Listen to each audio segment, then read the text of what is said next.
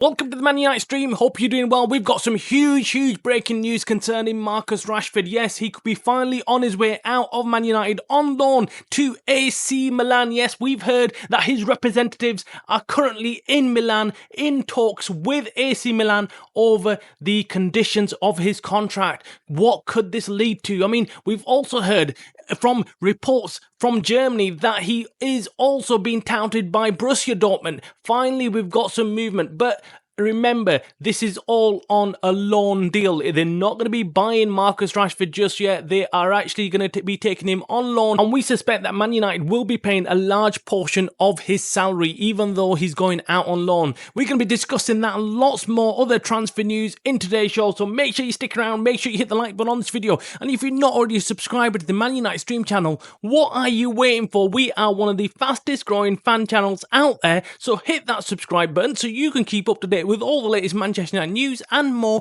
from one single daily dose. Okay, so Marcus Rashford finally looks like he is agreeing to leave Man United and go to AC Milan. This is probably the challenge that he was talking about. Wants to go to a different club and wants to experience something different. Maybe he's also sent his representatives to check out the nightlife out in Milan. Actually, I'm just being a bit salty there. Look, I hope Marcus Rashford goes out there and smashes it, increases his valuation, and then we can make more money on him. That's the end game of it, isn't it, really? We want to make more money on the sale of Marcus Rashford. And how's that going to happen? If Marcus Rashford starts playing better football, starts scoring goals, and if he can go out there in Milan and do that, then it's win-win for everybody concerned. That's what I'm thinking. But look, we've also heard that Borussia Dortmund are also interested. They're also lined up for a meeting with his representatives, and they'll be checking out whether they can make an offer of loan deal for Marcus Rashford. I suspect that Marcus Rashford prefers the move to Milan over Borussia Dortmund, hence why his team have gone out to Milan first to see what they have to offer Marcus Rashford. Look, the salary we all know is a big issue, and on this loan deal, I really do suspect Man United will be paying a huge portion of that salary themselves, but Milan will be probably if it's a good case scenario, I think they'll be paying 50-50. If not, I think Milan might be paying him 150, maybe 100, and then the rest United will have to foot the bill for. I hope that's not the case, but if we can at least get Marcus Rashford playing again, increase his valuation, that is the best thing in this January transfer window. Look, we were probably not going to sell him anyway. We were never going to sell him in this January transfer window. It would have been impossible. Big deals don't really get done in January. You know, everyone waits till the summer and then they do these kind of deals. So look, let's wait and see. What we've heard in replacement of Marcus Rashford is that Man United are looking at kobbiemainoforsale from PSG. We reported this yesterday. Will it happen though? I mean, and is kobbiemainoforsale good enough? He's actually going through a really bad run of form right now. I think he could do a job, I really do, but I really would have loved to see Gyökeres. Gyökeres was my main man.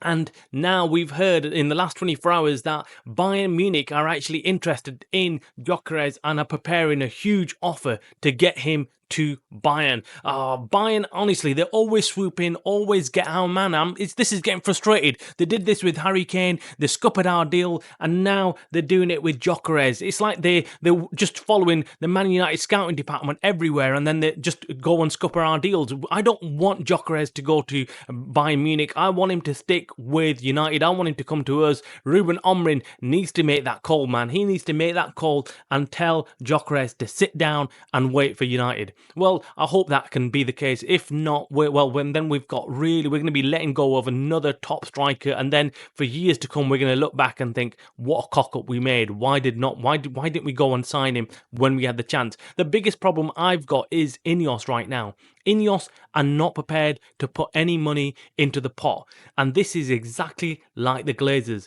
We've had years of the Glazers and we were so happy when we heard that they're prepared to sell. And then what happened was disastrous. We got another Glazer in place of the 3, 4, 5 Glazers that we already had. We've got another one in Sir Jim Ratcliffe. He's not prepared to put any money in either. He's prepared to take money out but not prepared to put money in.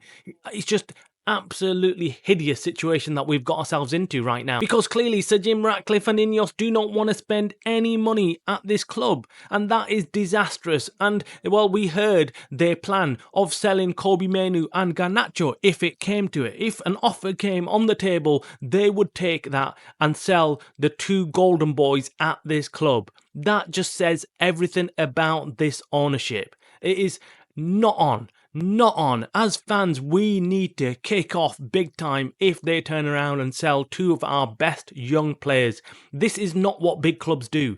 Big clubs do not go selling their young talent. They keep them, they nurture them, and they make sure that they stay at the club. If we're going to become a selling club, we might as well give up right now. United will never return to the glory days. No way. Can you imagine United selling Giggs and Scholes and players like that? No, never, never would United have ever sold Scholes to a rival club. And yet, right now, Ineos and the likes of Sir Jim Ratcliffe are talking about selling their best players, their homegrown talent. This is absolutely unacceptable, and fans need to speak out against this. I mean, look, I'm hoping that these are just rumours. I'm hoping that Ineos have not really come out and said this, but realistically, I think they probably did. I think they really did. I think Ineos are playing a game with this club, and they've got no interest. Absolute no interest in making United great again. And this is why we always said, look, we need someone like Sheikh Yassim to come in to put the money into this club. That's what's needed to compete against the likes of City, the likes of Newcastle. We need serious money. Why do you think we're struggling with the financial fair play rules and can't go out and buy players? It's because we're in bloody debt.